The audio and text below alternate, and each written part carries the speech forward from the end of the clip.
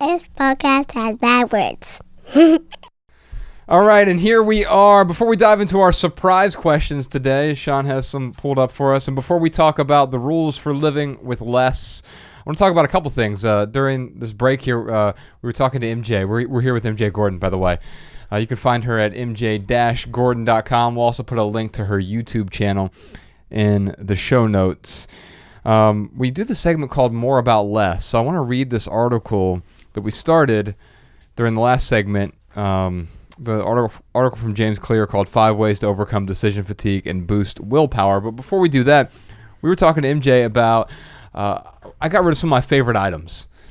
And you talked about why do we have fear around that? And is there some sort of identity crisis? Can you expand on your question? Because I found this fascinating.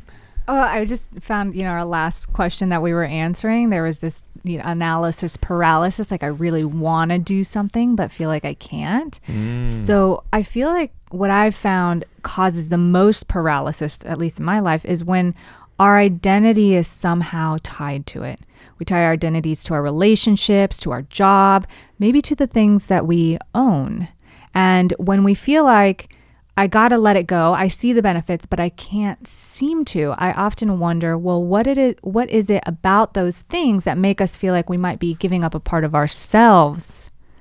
And that's why it makes it so difficult. Yeah. I think quite often I know I've done this, and I especially did it throughout my 20s, and I would have continued to do it had I not started asking some questions about who's the person I want to become and why have I given so much meaning to these material possessions. And yes, our identity tends to get wrapped up in the external world as opposed to what's going on inside. And so I think that's unfortunate because also what happens is our material clutter is a material, physical manifestation of what's going on inside us. And so we often have to deal with the external clutter to start looking inward and saying, okay, what's going on in here? Who am I? What's the Rob Bell parable he talks about sometimes when he said, there is, was it a rabbi or a priest who's at the walls of Rome, and he arrives and the guard there says, who are you? Why are you here? Yeah. Who are you and why are you here? Yeah. And the rabbi goes, what did you just say to me? And the guard goes, who are you and why are you here? And the rabbi goes, how much are they paying you? And he's like, whatever, $100 a day. And he's like, I'll pay you twice that if you come to my house every morning and ask me those two questions. And I think it's so important because we don't ask, like, who are you and why are you here? And so what do? We fill the void with trinkets, with widgets, with shiny things. We're attracted to, as we were talking about earlier, like, oh yeah, look, the Rolex in the ad or the Lexus or whatever it is. They're just things, and it's okay to have things. It's okay to have nice things. But why do I need the Lexus instead of the Toyota? I need to ask myself that. Yeah. And maybe there's a compelling enough reason to justify spending more money on it. For me, there isn't personally. And I've owned both. I've had Lexuses before. And I don't need it. I'm fine with the Toyota I have now. And I've realized that it gets me from point A to point B relatively comfortably. Without any of the excess. I have abundance, but I don't have overabundance. And I think that's the difference here. Anyway, I wanted to talk about decision fatigue because it's something that, and so we've got our more about less segment here. We've got this article from James Clear, and he says, do you suffer from decision fatigue? We'll put a link to this full article in the show notes. I'm only going to read parts of it. Decision fatigue happens every day in your life. If you have a particularly decision-heavy day at work, then you'll probably come home feeling drained. You might want to go to the gym and work out, but your brain would rather default to the easy decision. Sit on the couch. I know that happens to me where it's like, it's been such a rough day and I've used up all my decisions. I don't even think about it that way. I'm just like, I want to veg out. And And it's because I've reached that sort of peak of decision. I have experienced decision fatigue. The same is true if you find it hard to muster up the willpower to work on your side business at night or to cook a healthy meal for dinner. And while decision fatigue is something that we all deal with, there are a few ways that you can organize your life and design your day to master your willpower. And these are the 5 ways to overcome decision fatigue and boost willpower. Number 1, plan daily decisions the night before. This is something I should probably do more frequently. I have some routines that are already set up that are sort of pre-planned, but I think it would make sense the night before to plan some decisions. So here's what James says. There will always be decisions that pop up each day that you can't plan for. That's fine. It's just part of life. But for most of us, the decisions that drain us are the ones that we make over and over and over again.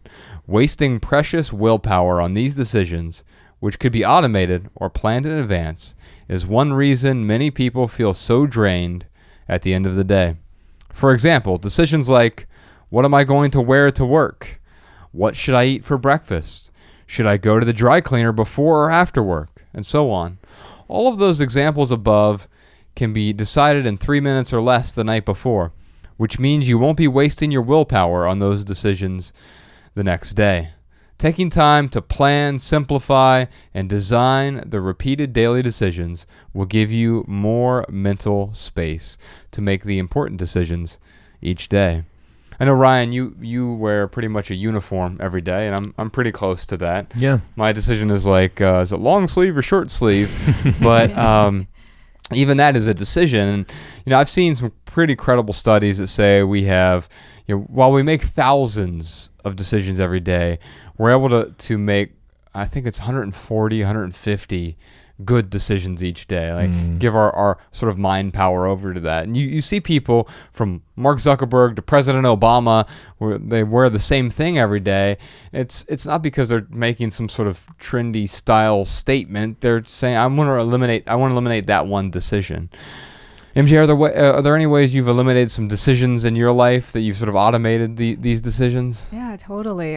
For me, the process starts with what I call identifying the elements that are going to bring me the variables that make me happy and most fulfilled. So for clothes, it would be comfort.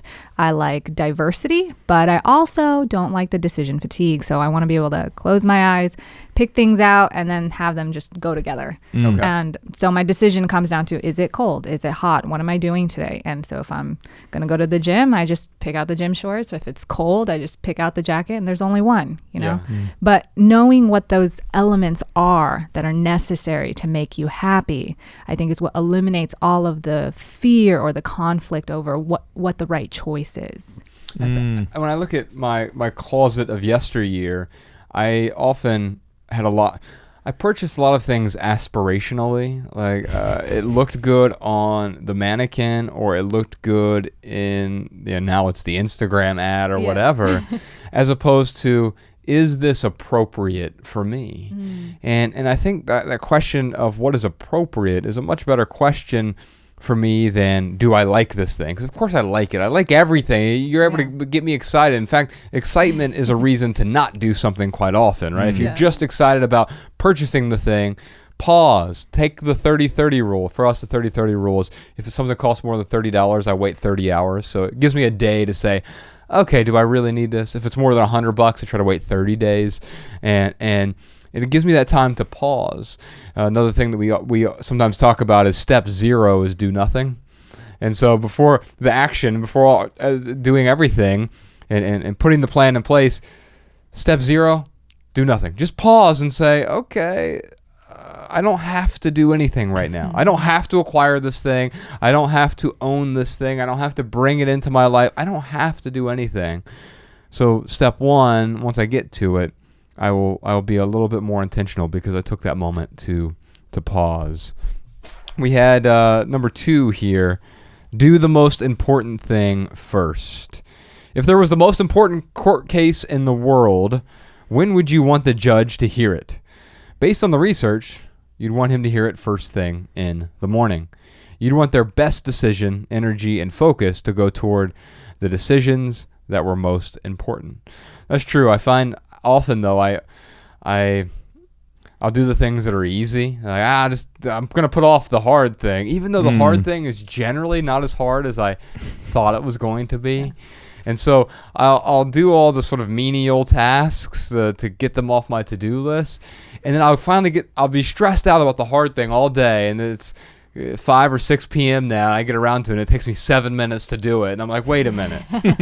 I just worried about this thing all day. I could have taken 7 minutes at 8 o'clock this morning and just gotten this off my list. Or it might have taken you 3.5 minutes if you'd have done it first thing. Right. Right, because I don't have the fatigue that has been building up all day. What a great point. So, yeah, do the most important thing first. Number 3, we already touched on. Stop making decisions. Start making commitments. Scheduling those commitments is important. And at the end of this, he says, if you sit back and hope that you'll be able to make the right decisions each day, then you will certainly fall victim to decision fatigue and a lack of willpower. And so scheduling it helps you sort of eliminate that. Number 4, if you have to make good decisions later in the day, then eat something first. I don't know if I necessarily agree with this. I think this is maybe person specific. Here's what he says, and I'll talk to you both about this. It's no coincidence that the judges became better decision makers after eating. Now, if you cram French fries into your face every day, then I doubt you'll enjoy the same results. But taking a break to feed your brain is a wonderful way to boost willpower. This is especially important because although it's great to do the most important thing first, it's not always possible to organize your day like that. When you want to get better decisions from your mind, put better food into your body. I certainly agree with that. Feeding yourself. I also often find that I make some of the best, I have the most mental clarity when I fast. And so anyone who has experienced prolonged fasting, like I haven't eaten in close to 20 hours right now, and I tend to make better decisions and be more clear mentally without eating. Now, I think that's different for each of us. Yeah. I know I've dated people. I remember Austin. When I was dating Austin. Yeah. She is amazing, but she would get hangry. Oh yeah. And like you could tell, like her whole demeanor would just shift, and she became a different person. It was almost like remember Gremlins, the movie Like she was the opposite. It was like if you don't feed her after midnight, then she'll turn into a gremlin. And otherwise, she was like just this cute, amazing person. But as soon as she got hangry, it was like the switch flipped. I get the same way. It's hard for me to make decisions when I'm hungry. Yeah, because it's all I can think about is food, and like it doesn't happen all the time, but I mean, especially when I was like making a huge transition last year, like giving up sugar, I found out I was very close to type 2 diabetes, so I had to give up a lot of things. And when I would get to that hangry point, I couldn't think about anything but food, and every little thing was so annoying. So yeah, I think you're right, man. It's probably perspectival with people and whether they should eat before they make decisions or not. Because I could not imagine going 20 hours and then being like, all right, I'm going to make all my important decisions right now after not eating for 20 hours. Yeah, I think it's different for everyone. Yeah. My wife now, like she doesn't get hangry at all. Like she'll say, "Yeah, I think I'm starting to get hungry," and I'm like, "Okay, well, we should definitely." But like, it's she's not going to turn into like some sort of bad decision maker. But I think it depends on the person. MJ, for you, are you do you make better decisions when you've eaten or on I'm empty a hangry stuff? person. Oh, yeah. All right, number 5 is simplify, which, well, we could talk about that. We'll spend the rest of the episode talking about it. Whether you're trying to reach the highest level of performance or just want to start eating a healthy diet, the biggest frustration for most people is the feeling that you need to use willpower on an hourly basis. So find ways to simplify your life. If something isn't important to you, eliminate it. Making decisions about unimportant things, even if you have the time to do so, isn't a benign task. It's pulling precious energy and willpower from the things that matter. I think that's so important. Right? I think about all the stuff. If the average American household has 300,000 items in it, most of them are wildly unimportant, and they're getting in the way of the things that are important. When I say things, it might mean physical things, but it can mean the other things, the things that aren't things, our relationships, our creativity, our passions, our work life, our health, our exercise, whatever it might be. Our things can get in the way of those things, and that makes for a chaotic life, not just a cluttered life, but an out of control life in many ways.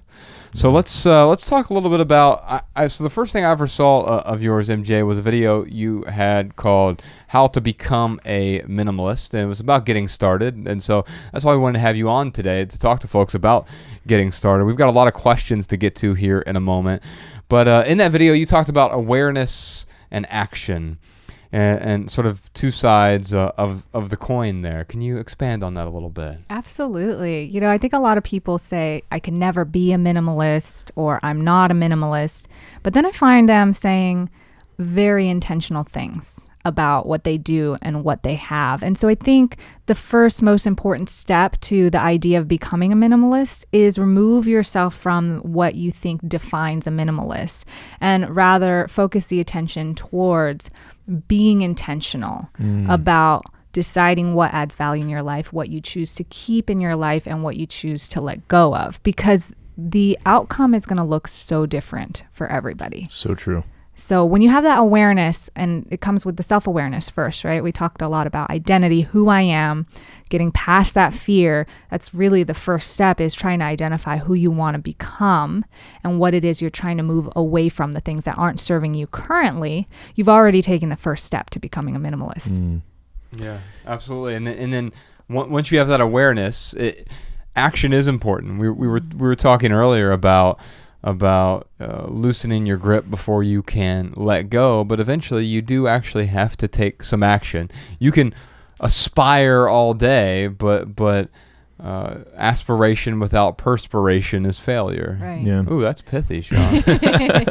And then, well, when we hold on so tightly to this version that we want to become, it can scare us to take action, in the sense that, well, we feel like we're not going to be able to live up to what that version of minimalism we want. Like that, you know, with Carmen, with her question, she might be scared to take action because, you know, her version of minimalism is like, oh, well, I'm going to have to own only 50 things. I know that's not her version, but if that's what she has in her head, like, that's scary. Like, how is she going to get to 50 things?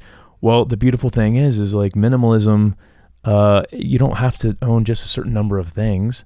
It is about deciding what you want to move towards and start making steps towards what you want to become. And I couldn't agree with you more. Like, you nailed it. Like, what I thought minimalism was when I first went down the journey, it is nothing now than what my what I had anticipated or what I had expected.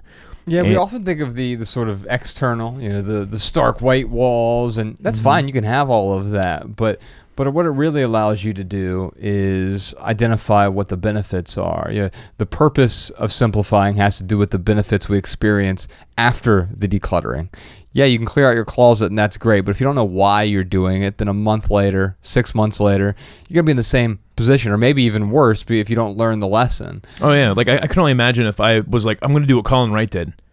I'm going to pare my things down to 50 things, and then I'm going to start traveling. Like, I would have been miserable. Right, because that's not the life you wanted to lead. Right. But if you thought, well, that's the template, then it's not really going to help you. Now, speaking of taking action, MJ, you have a decluttering checklist. Can we talk about that? We'll put a link to it in the show notes, by the way, as well. I wanted to give people an idea of where to start. And for me, it's more of a personal reflection process first. I love the packing party is awesome, and, the 30-day challenge is awesome. But like you said, if you don't have any idea why you're doing it, you end up revolving the same cycle again. And oftentimes it's more painful. So identifying first, what is it that we want? Who am I, and what's going to get me there? I was just talking to Sean earlier. He said he's a mountain person. I'm a beach person. So I, like California and Florida and Hawaii. But if you know those things about yourself, then you can really identify the things that are going to contribute to those aspects of how you want to live life. So when you create this checklist, you're creating a customized checklist for yourself that helps you identify what those things are. And then you can go around your house and say, which categories they go in. Because we do those categories, right? I need this, I like this, I want this. But why do you like this? Why do you want this? Why do you struggle with this? If you can get down to that root, I find that it's much easier to not go through the cycle over and over and over again. Yes, indeed. Great We got place some to questions here. Some surprise questions. First one is from Shane. When starting out as a minimalist, should you focus first on external items, for example, material goods, or internal issues? For example, reducing the number of negative people in your life, improving your health, eliminating mental clutter, reducing commitments, etc. Yes, Shane. I mean, for me, it always starts with the stuff. I think the stuff is the initial bite at the apple that started to make me question these other things. So we can go through these individually. The material possessions are a physical manifestation of what's going on inside. So let's deal with the external clutter first. And I know you actually talked about that in your video, MJ. It's not easy to deal with these things, but it is simpler to deal with the external clutter in our lives, because there are some measurable. You can almost turn it into metrics in a way. I've gotten rid of this pile of clothes today. Where you can't say I got rid of 7 pounds of mental clutter today. It doesn't work as well. And I find for me that by being in a calmer space, it does. At first, it's actually, it's almost anxiety producing in a way, because then it's. Have you ever done a deprivation tank? Like the deprivation of air? No. So you've done. Yeah, it's done like it before. It's a float tank. Yeah, it looks like this pod, like this big pod that can fit a human or 2 humans in there, and it's salt water, and it's like right at 90 something degrees, like right where your body temperature is, and you literally sit there and you try to let go, and you try to like meditate, and it is this very amazing experience once you can let go. But like that's the hardest part of the whole thing. Yeah. So a sensory deprivation tank. It literally it's pitch black, right? Yeah. It's silent. Yeah. There's no sound, and you're floating in the water, and because it's salt water, you're buoyant, so you can't really tell you're in water. Because it's pitch black, it feels like you're floating in space. It's the same temperature as your skin, so you can't feel the water on your skin. So it feels like there were times where the first time I did it, I really thought, like, I started to panic because I'm like, I think I might actually be in space right now. Like you feel like you're floating.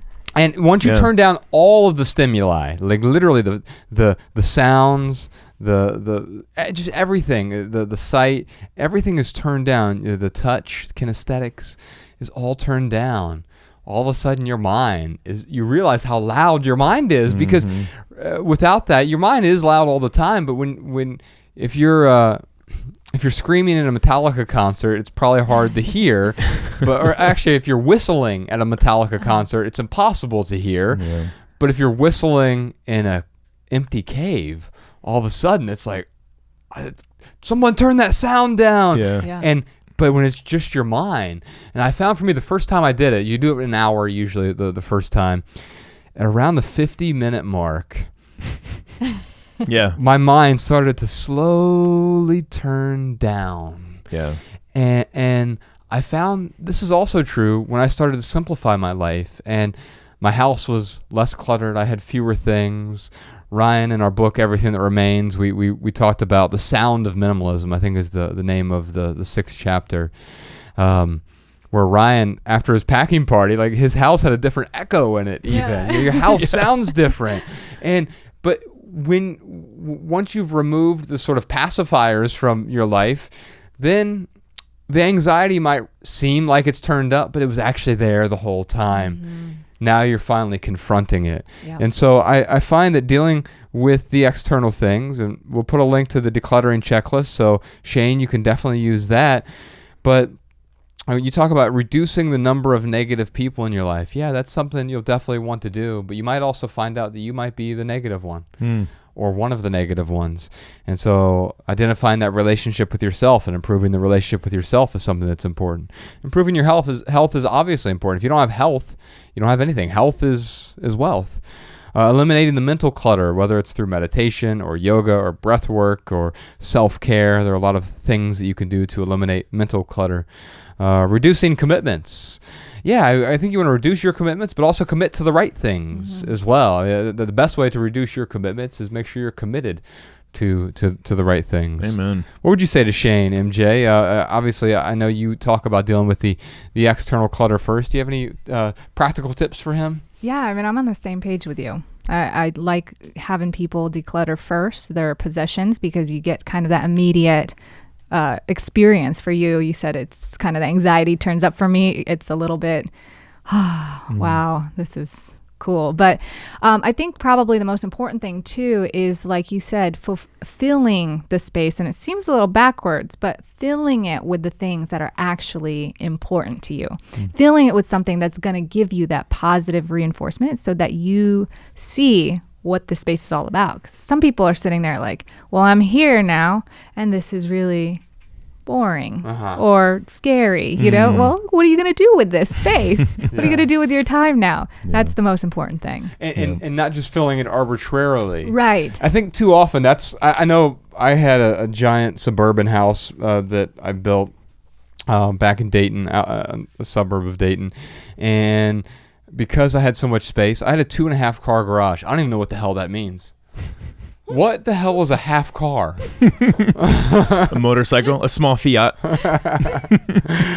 Really what they're saying is like, you have some storage space, right? Yeah. But I felt compelled to fill that. We had an attic. I felt compelled to fill that.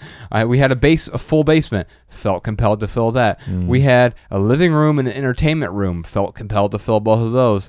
Had 3 bedrooms. There were only 2 of us, and we slept in the same bedroom, but I had to fill the other bedrooms with stuff, and those bedrooms had closets, so I had to fill the closets with stuff. And then we had dressers in our bedroom I had to fill with stuff, and we just feel compelled to fill the space with stuff. And so realize you are complete already in an empty room.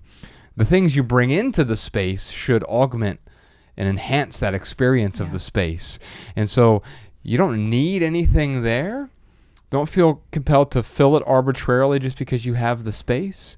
But if you're going to fill it with something, make sure it's something that adds value to your life, Shane. Yeah. Yeah, I think with anyone, the external is what brings people to minimalism. I know that's what brought you to minimalism. It's what brought me to minimalism. It's what brought you, MJ, to minimalism. If you already have a simplified home, and you're coming at minimalism because you do have all this, internal clutter you need to get rid of, then I would say congratulations. Like, you are like a step ahead of where Josh and I were.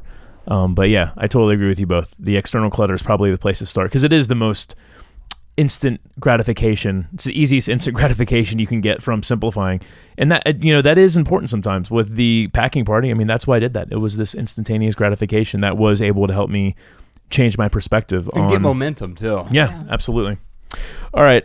Kay writes in, when I speak of consuming less because it's mostly crap.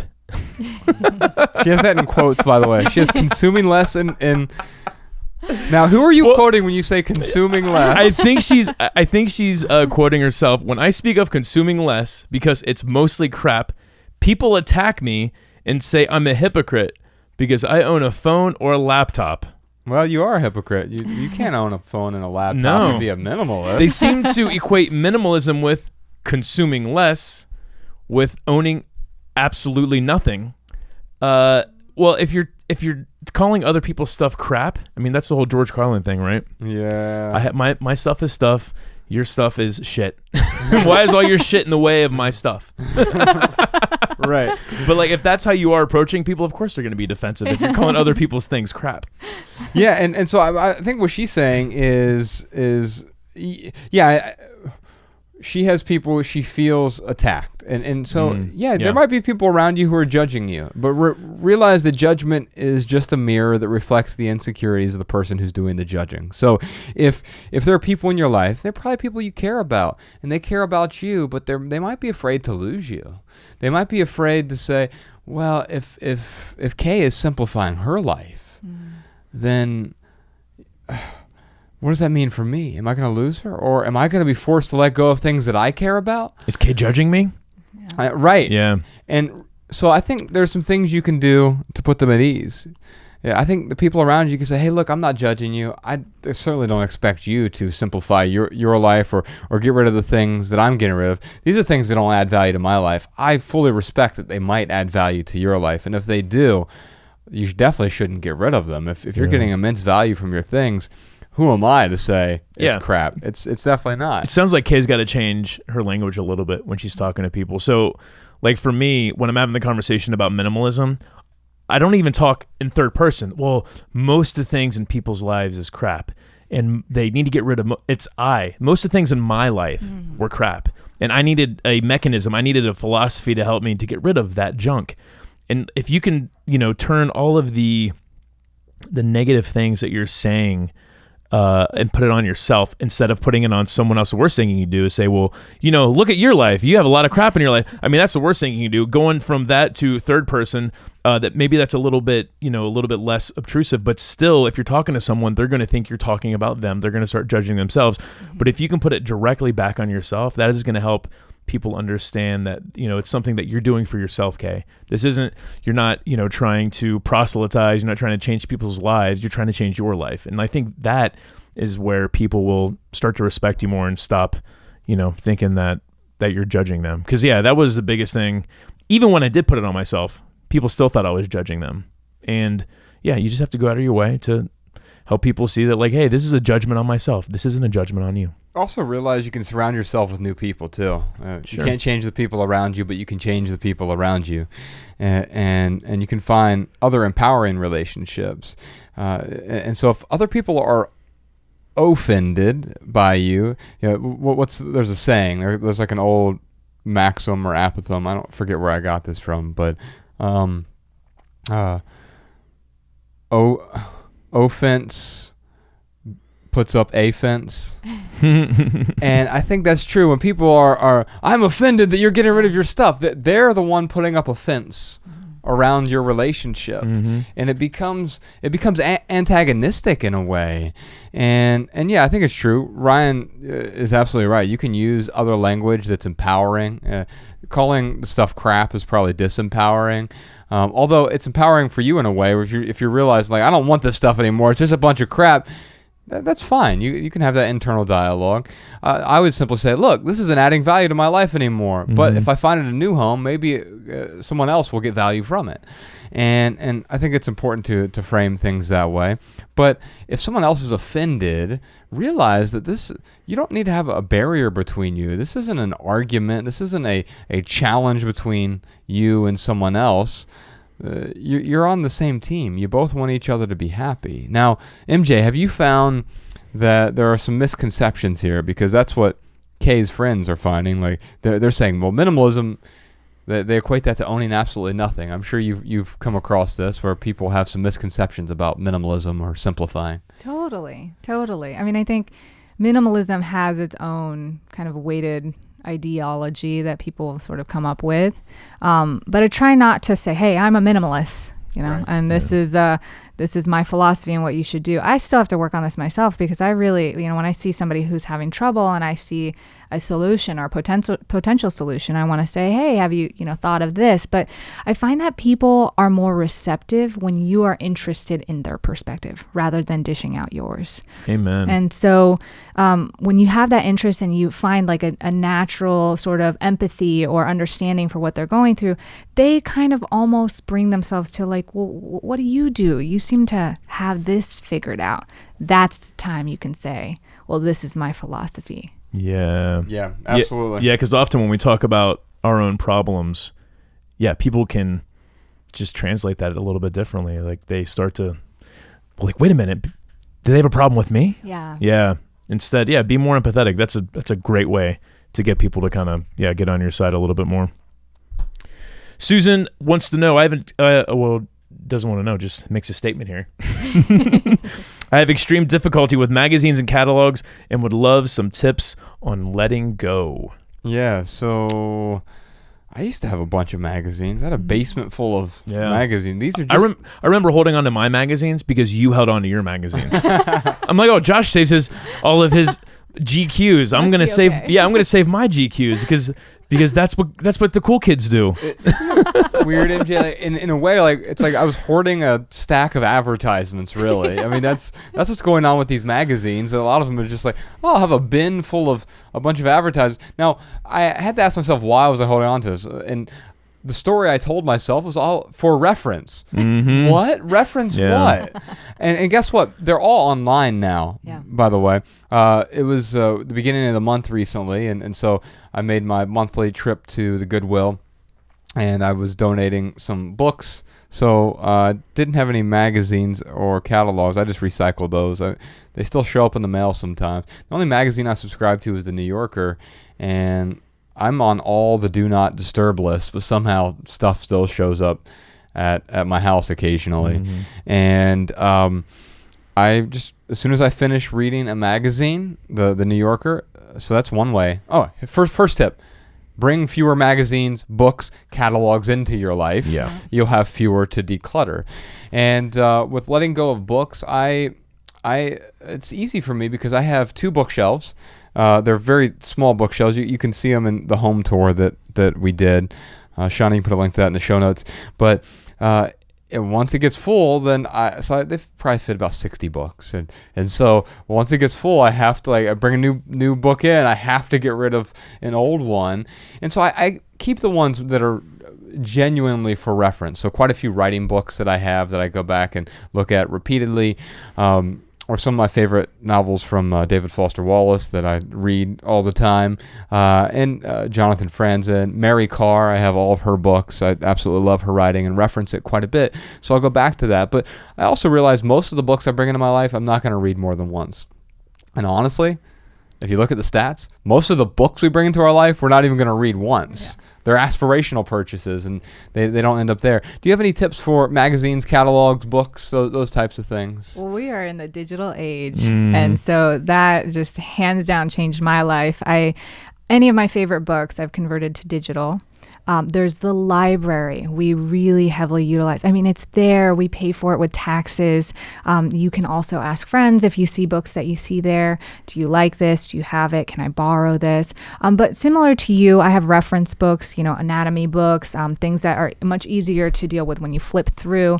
And also, like you, I have a bookshelf. It's got one shelf full of books. And if it gets full, I got to either donate, gift, and, if I want another book, that's the rule that I have for myself. Yeah, the library thing is fascinating because depending on where you live, by the way, you can get all of our books at the library if you can't afford to buy one of our books or audiobook or whatever. But now libraries, they will often do ebooks and audiobooks, a lot of them now too. Yes. So you're not even relegated to the print book. Although if you like print books and you prefer the tactile experience, great. You can go to the library, you can check out a book, and then you get to return it so it doesn't clutter up your space.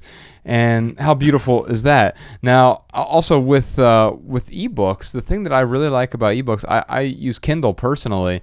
I'm able to go back and forth between the audiobook version and the reading version. And I replaced my Instagram app on my phone with the Kindle app. And so anytime I'm standing in line now, instead of mindlessly scrolling through Instagram, I just opened the Kindle app and I'm reading as I'm waiting for my burrito at Chipotle, and I can spend 5 minutes just reading a book, and 5 minutes here, 5 minutes there, it adds up. I just finished a great book yesterday called Hillbilly Elegy. Guy who grew up close to where Ryan and I grew up. It was a phenomenal book, and I finished it in small chunks like that, where I'm reading 5 minutes here, 5 minutes there, and then I get to highlight the passages. And here's the beautiful thing.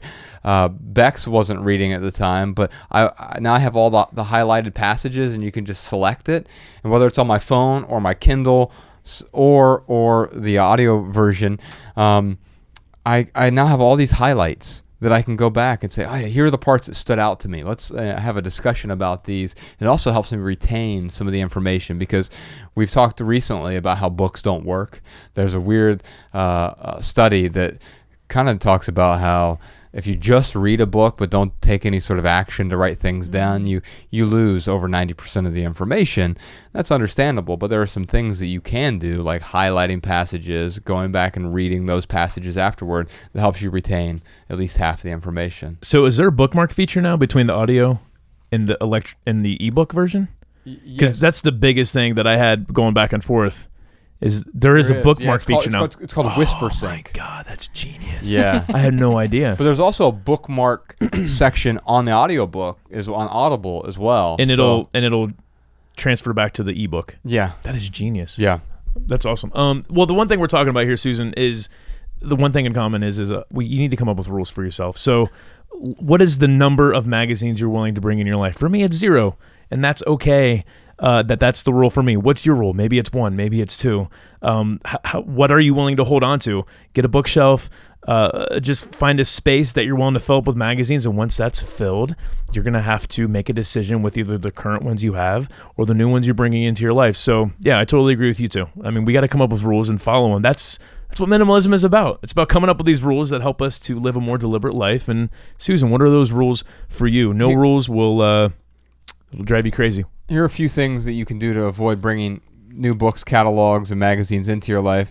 First off, go to day 15 on our website. It's theminimalists.com/day15, and we talk about digitizing and removing the junk mail. So that there are a couple of websites you can go to. You can sign up so that you can remove 90+% of the junk mail that comes to your house, all those stupid catalogs that you get.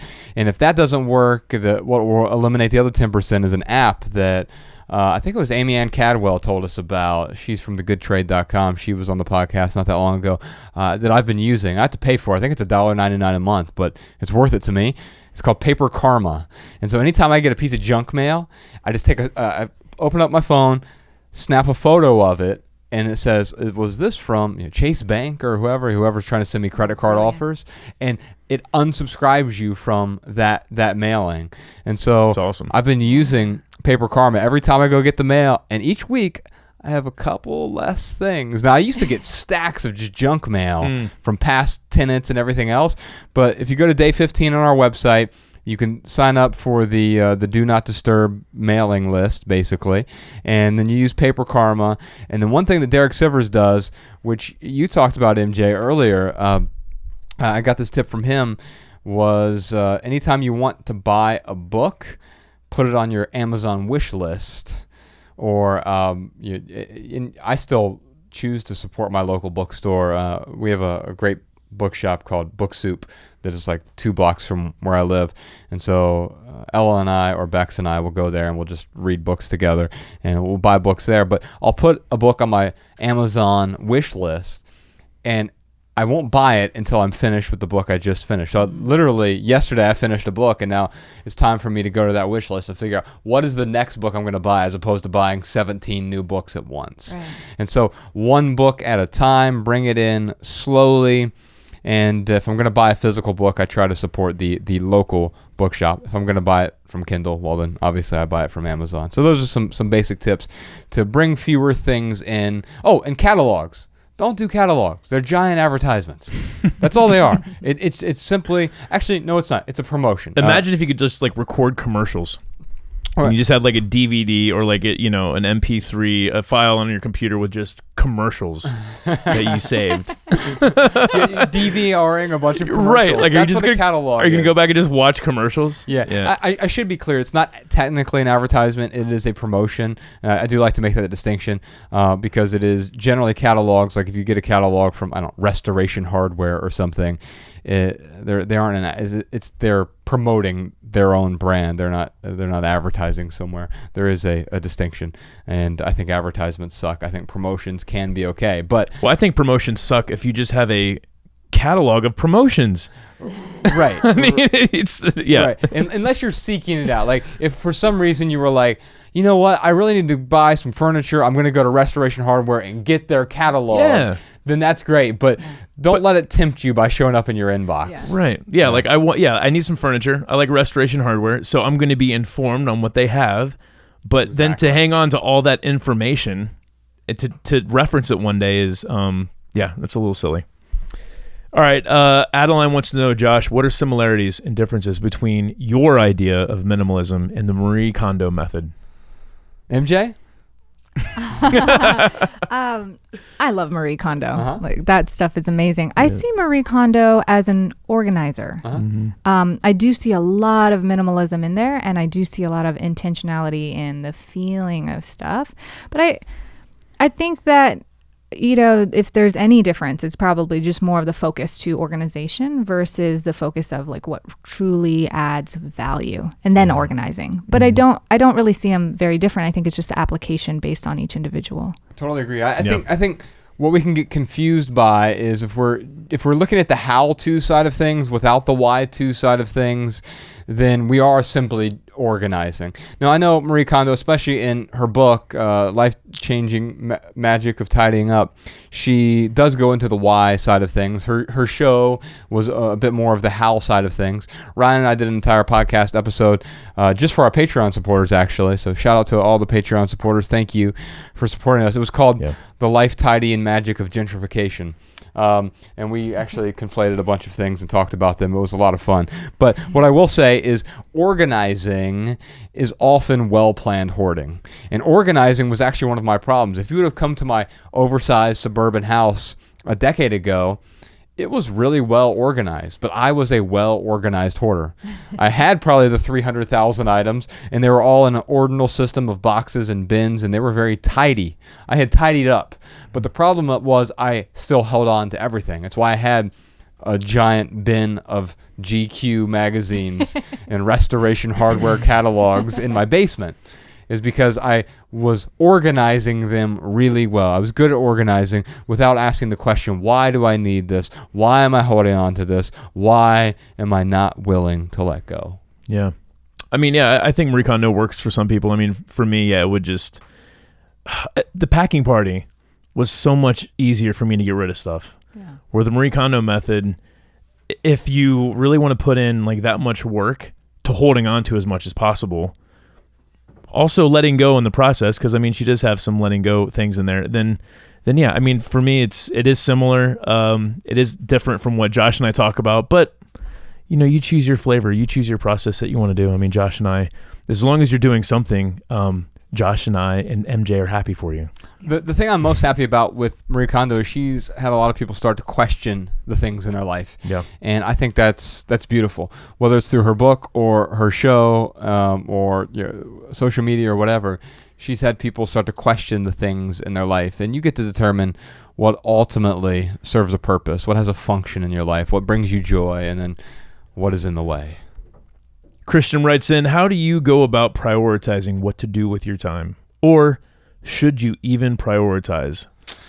Man, I think prioritizing time, say that 5 times fast. I think that's important. I mean, for me, when I was faced with all that stuff after the packing party, it actually helped me see how I was prioritizing my time, because I would tell myself these lies like, oh, Ryan, you're going to like make a bunch of money. You're going to save a bunch of money in a 401k, and you're going to retire at 50 years old. But then like when I looked at all the stuff I had, I'm like, wait a minute, I have hardly anything in my savings. And here are tens of thousands of dollars sitting in my living room that could be in my savings account that instead I have spent on crap. It's my crap, so I can call it crap. But getting clear on what your priorities are, like that is definitely step number 1. So, Christian, yes, you should prioritize your time. And the way that you get to that point of understanding what to prioritize is you have to figure out what is important in your life. So Josh and I talk a lot about values, beliefs. Do you know what your values are? Are you clear on what your beliefs are? Like once you can get clear on those things, then you can start looking at your calendar. You can start looking at your day-to-day activities and prioritizing your time around that.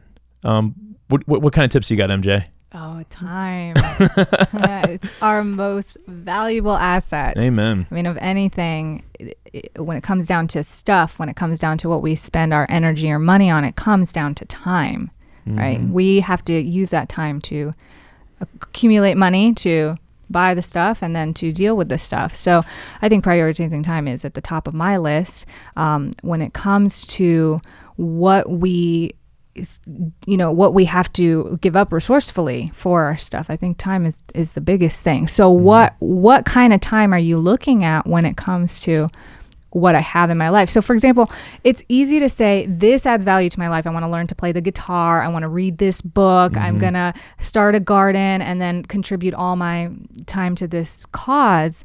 But if you are spending more time than you have, or more time than you need to also take care of the other things like your health and family and relationships, then all of a sudden it doesn't matter if all that stuff adds value. Your time is not used resourcefully. Yeah. It's funny. Like, that's what really drove me towards minimalism. It was reclaiming my time, because I was spending so many hours just consuming, piling, or I should say I spent so many more hours in order to consume more, so I could afford more debt payments. And then when I found myself in this tornado of debt payments, I was like, oh, like, it's because of these debt payments I don't have time to do things that I want. So yeah, when I was able to finally get my time back, figuring out what to do with that time, it was important. What do you think, Millie? I think prioritizing is important if you're prioritizing the right things. Amen. If you prioritize everything, then you actually have no priority at all.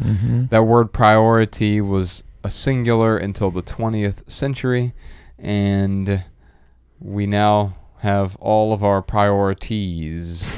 What is the UN's list of priorities? There's 163 of them, which means they have no priority. Right. And the problem with that is priority literally means the first thing. And if you have 163 the first things, not only is that nonsense, but you don't have a first thing at all. Yeah. And so when you look at your priorities, maybe look at your priority. What is the first thing? And if you prioritize that, and then you can identify what is the second thing. Yeah. What is the third thing? And everything that you do should serve your priority. Drew has a question here. For someone who gets excited and appreciates new technology, phones, laptops, etc., but finds that excitement often leads to unnecessary purchases, how do I allow myself to appreciate technology without being driven to spending money? So Drew, you get excited about new technology. I get excited about plenty of things as well. Excitement for me is a warning sign to stop. Yeah. So totally. I think of a red octagon that says excited on it instead of stop. Because really what I'm realizing is if I get excited about something, I'm allowing my emotions to take over. And my EQ is taking over my IQ in a way where it doesn't, I'm misprioritizing, to echo the previous question. I'm prioritizing my excitement over the value I may actually get from the thing in the long run. Our things are tools in our lives. So if this technology is going to actually serve a purpose, then maybe some of the stopgap rules that we have, like the 30-30 rule, will really help you. If it's something over $100, what if you wait 30 days? And during those 30 days, you ask yourself that question: is this actually going to serve a purpose? And am I willing to part with the $1,000 that's going to cost to buy this new phone, or $2,000 for this laptop? And how else could I use that money? Ryan and I have the 5 questions that you should ask before you make a new purchase. One of the questions is, can I afford it? But if so, what are the true costs of this thing? Because it goes way beyond the cost of the item. It's going to cost me a piece of my freedom. I'm going to have to store the thing. I'll take care of the thing. I'm going to have to replace the thing, clean the thing. And I'm going to have to charge the thing. I'm going to have to worry about the thing. I have to put insurance on the thing and Apple Care. There are all these other costs that aren't embedded in the price tag, but are actually embedded in the purchase itself. And so how can you appreciate technology? Well, you don't have to own a thing to appreciate it. You go to museums, don't you? If you go to a museum, you see the Mona Lisa there. You don't have to own it to appreciate it. You don't have to own the iPhone to appreciate it. I think the new iPhone 11 looks beautiful. It looks like a piece of art. I don't need to own it. I don't think I'm going to own it unless something were to happen to my current phone. And even then, I would question whether or not I need to buy the latest and greatest thing.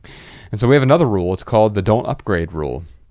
And there are things you can do with your current technology. We'll put a link to the don't upgrade rule in the show notes. But that is another rule for living with less. Refusing to upgrade just because of the hype. And so realize, Drew, that many of these things are they're being fed to you and they're being hyped by a marketing machine and demographers and statisticians who work really hard. Their main job is to extract the money from your checking account. And if you can let go of that money, then they've done their job. You might get a burst of excitement, but maybe the excitement is the problem. Yeah, I think hype is synonymous with excitement, and there's a healthy amount of excitement. Like you were talking about, like enjoying filling the space after it's empty. Yeah. Like I still, there are certain things, like I was talking on our last Maximal episode about buying a car. I really am digging right now, going through finding like the best deal on a car. And there's something about like numbers and filtering through all that it's not that I get excited about it, but I enjoy the process. Now, it's not to an unhealthy point where, I mean, this isn't like what I focus on all day, but I can find the joy in that. Same thing with like upgrading a phone. I mean, I still have like an iPhone 5, so it's, however many models old. Is it 6 models old, or no, it's only 5 models old because they skipped the 9 or something, right? I've got the iPhone 9. I'm so jealous. But if I ever do have to upgrade the phone, when I make that purchase as one of the minimalists, I'm still going to get excited about getting that new phone. Yeah. So I think there is a healthy level of excitement.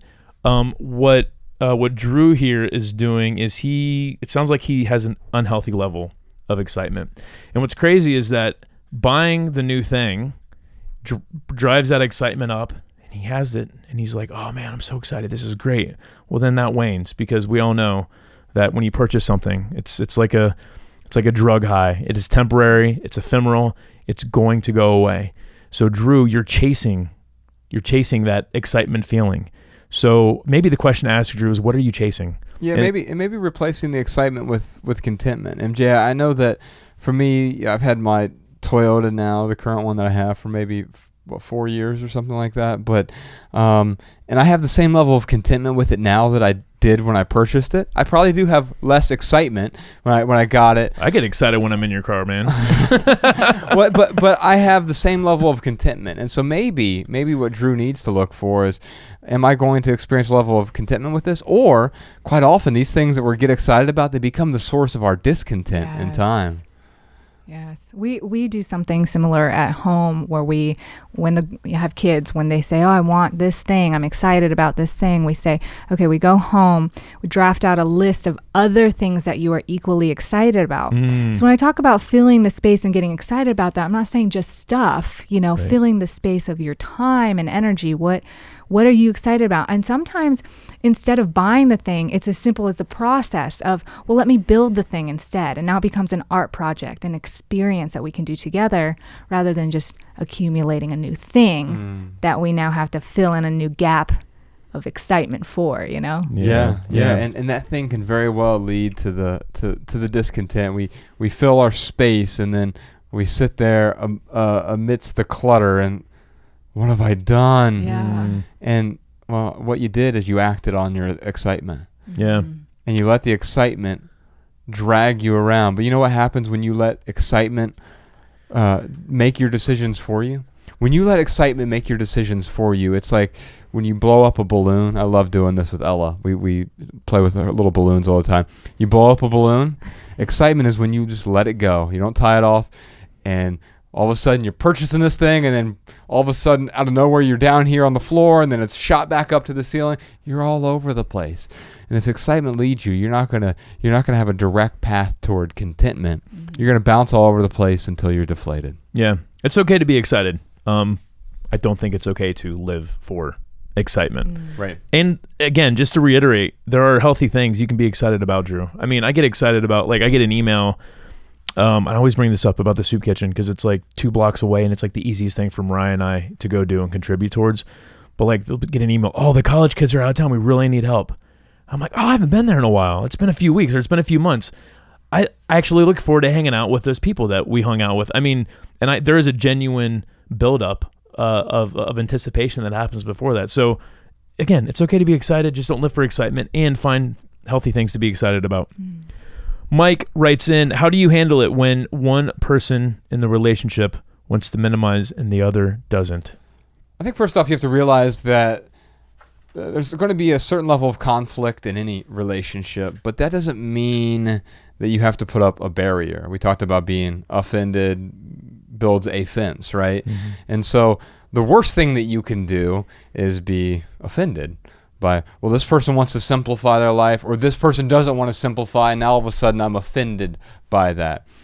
I know just this past week, we had these 3 framed photographs in our dining room of our family, and I have really bad OCD. I hate having things on our wall. I just dislike it, and Bex appreciates that enough that I just went to her. I said, "Hey, I really don't want to have any photographs on our wall here," and I know at first her feelings were like, oh, he doesn't want pictures of our family on the wall.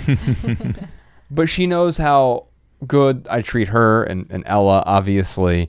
And so I show it continuously through my actions. And she knows, like, no, this isn't a commentary on, well, I don't want our family on the wall. I'm going to replace it with pictures of Podcast Sean and Jordan or something. No, like, I just don't want pictures there. And what I communicated to her is like, this would help me be a bit more calm. This feels calmer to me. This is better to me. And the 5 most important words in communicating with someone is, would you be willing to? And would you be willing to let me remove these photos, move the plant from here to here, move the bookshelf from here to here? And because I feel like I'll have a better sense of calm if we do that. And reluctantly, she said yes, because she supports me, and she knows I go way out of my way in a million different ways to support her in things that really matter to her. And quite often, if it matters to you, or if it matters to the person in your life, then you have to be willing to support them. And if you are willing to support them, that might mean letting go of a personal preference.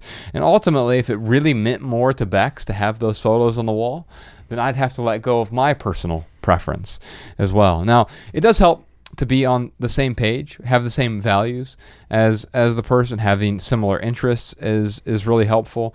Being in the relationship with the right person is also really helpful. If you are surrounding yourself, and this includes people in your household, with toxic people, it's going to be really difficult to agree on anything. Or worse, what I realize is sometimes I was the toxic person in the relationship, and I was reacting poorly. I was the one being offended. I was building the fence in my own life, and it was difficult to communicate at all because I was treating every conflict as though it was a conflict, as opposed to, you know what? We're on the same team. Why am I playing against you? Now, I'm sure you deal with this in your house, MJ. You and your husband probably don't have the same beliefs about every single thing. You don't have the same preferences either. Yeah. Well, I think you got to remember the goal. The goal isn't to have everything your way all the time. My goal is to have a relationship with somebody that I love and enjoy and care about. So the conversation is important. And I used to dislike the word compromise. But you make a compromise because my husband always reminds me, everything you do for yourself. Even if you're doing it to spend time with the family, you're doing that for yourself because you want to enjoy the family. So don't hold resentment because I did this for you because I'm trying to spend time with you. No, you are trying to spend time with them. You are trying to create a comfortable, loving home, intentional life together. Yeah. So that conversation is really important. But like you say, setting aside certain things like, if the pictures can't go here, well, where can I put them? And sometimes it comes with drawing physical boundaries, right? Yeah. This is your closet. That's mine. Fill it with whatever you want. Organize it however you want. Those sort of things. Sure. Yeah. Yeah. No, I think it's funny. Like, I don't think there's any such thing as a perfect relationship. If your relationship is easy, like you are 1 in a million or maybe 1 in a billion. I have the most ideal partner I've ever had in my life. I mean, you put us on OkCupid's, personality tests, and we're like a 94% match. I mean, we are like so spot on with each other. But what I've realized is there's 6% where you don't match. Right. And what I've realized though is, like, for me, it's not about having this perfect relationship, because if anything, this amazing person I'm with shows me how much of an asshole I am. Like it just how much my expectations really ruined a lot of my past relationships. And so for me, it's not about having this person in my life where it's frictionless. It's more about having this person in my life that I want to go out of my way to sacrifice some things because I want to be with that person so much. So yeah, it's not about having this perfect, frictionless, easy relationship. It's about being with someone who they go so far out of their way to support you that you want to go so far out of your way to support them. And if you can get in that relationship, like that is the sweet spot. So if you want your partner to support you in your minimalism journey, well, guess what you got to do? You got to go out of your way to support your partner in their journey, whatever it may be. And maybe it's not a minimalism journey, but if you do that, then they will absolutely, they will reciprocate. If they don't, which sometimes that happens, well then, there's a different conversation to be had. But if you're going out of your way to show that person respect and love and appreciation, that's all we want out of any relationship, whether it's a romantic relationship or a friendship or with relatives. I mean, that's what we want. So if you can do that, then hopefully they will give that back to you. Every relationship you're in should build you up, not tear you down. And there will be times where it is difficult, but guess what? Building a structure is difficult. And so if you're trying to build a relationship with someone, you're part of that building is there's going to be the difficult work of doing the work to be in a relationship. Now, of course, if the other person is trying to tear you down, then you can have that conversation with them. And you can say, hey, look, I feel attacked or I feel insulted, and I don't think that's necessarily your intention, but I just want you to know how I feel right now. Mm-hmm. And maybe we can work together to build something special as opposed to tearing down this relationship. Yeah. We got one more question here from AM. AM asks, what does a minimalist's shopping list look like? Well, first off, if you have a shopping list, you're not a minimalist. I have a shopping list. What? I tell you, ditch the list. I've got my shopping list here, and we can talk about it. But so Bex and I have a shared note that we put on our shopping list. Let me see what's on it right now. All right, here we go. White sticky rice, blueberries, nice, sardines, and that's it. Minimalism. No, what we do is we build a list and together, and when we go to the store, and this will be frustrating to some folks, but in order to maintain a budget, I think it's really helpful. You buy only what is on the list. Even if you forgot some, you're walking down the blueberry aisle. Why does your store have an entire aisle of blueberries? That sounds magical. It's just the blueberry store. That's every aisle. Yeah. But you walk past the blueberries and you're like, oh, I meant to put this on the list. Nope, can't buy it. So that's how I deal with staving off the impulse. And so I have to force myself to put it on the list for next time. And sometimes that's a real pain in the butt. But most of the time that prevents me from saying, I'm just going to go ahead and buy that. Nope, it's not on the list. I'm not going to buy it. And so we have a shared list of things that we need. And my shopping list is almost always a grocery list or, whatever. Yeah. Consumables, paper towels, those types of things. Yeah. What about you, MJ? We have check-ins. So if it's not on the list, we can check in. If it is on the list and I'm like, we don't need this, we check in. And if we don't get a response, it goes on the next week's grocery list. So super efficient. Good. Yeah. That's good. The only thing I'll add is like Mariah and I, we've got like our Amazon list of stuff that, it's because there's always a million things you need. We need more vitamin D pills. I need an Ethernet cable, like just random little things. So we will just start to add stuff to the cart. And then once a week, like we'll go to the cart and really go through and kind of really determine whether or not stuff on there is what we actually need.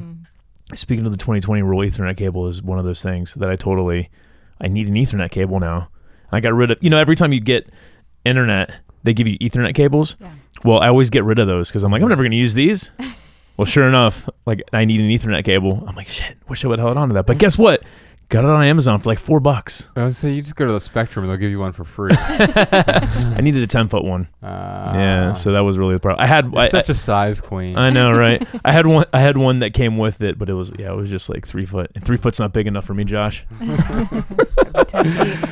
MJ, I want to thank you for being here today. I want to thank you and acknowledge you for doing something meaningful. I want to encourage folks to check out your YouTube channel. They can also find you at mj-gordon.com. Is there anywhere else we should send folks? That's perfect. Cool. mj-gordon.com. Say hi. Thank you both so much for having Oh, me. And thank you. you guys in the audience too for being here. So You're awesome. Thanks so much for joining us. it's my pleasure. We All love you, patrons. All right, y'all. Love people, use things. We'll see you next time. See ya. The Minimalists.